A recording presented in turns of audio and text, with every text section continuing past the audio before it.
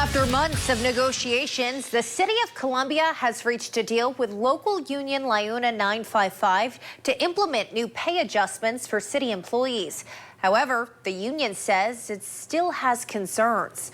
Our ABC 17's Mitchell Kaminsky is live from City Hall, where that agreement was authorized tonight. Mitchell, the deal includes a 3.5% raise for union workers.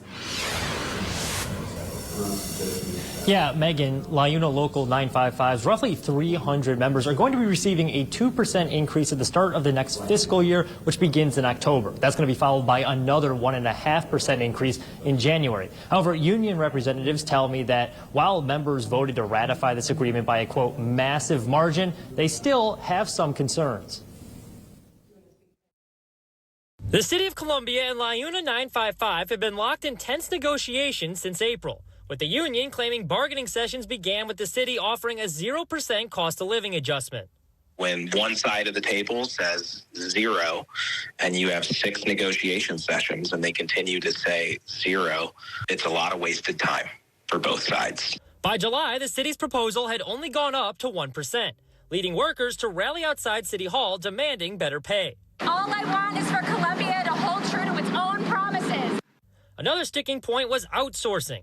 Records show Columbia spent about $8 million on outside fleet maintenance over the last 2 years. We've had conversations about trying to reduce the level of outsourcing, and yeah, it did come up. When our members don't get work done because we don't have enough staff to do it, that work doesn't go away. It still has to get done, and what ends up happening is that we end up outsourcing. We have not outsourced to eliminate jobs. The city defended its outsourcing, saying it saves money and helps keep services running, despite staffing shortages. City leaders also stressed it hasn't been used to cut jobs.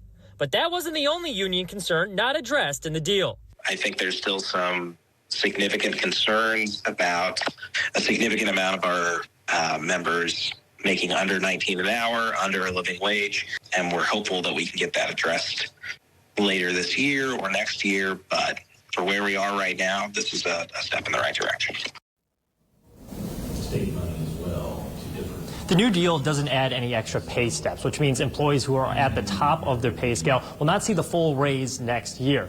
The union leaders tell me that while this is not what they wanted, they view this agreement as a step in the right direction, considering where they started these negotiations at. I reached out to the City of Columbia for comment, but have not yet heard back. Reporting live in Columbia, Mitchell Kaminsky, ABC 17 News. Mitchell, thank you. You can read more about the agreement and other updates from tonight's City Council meeting on our website, abc17news.com.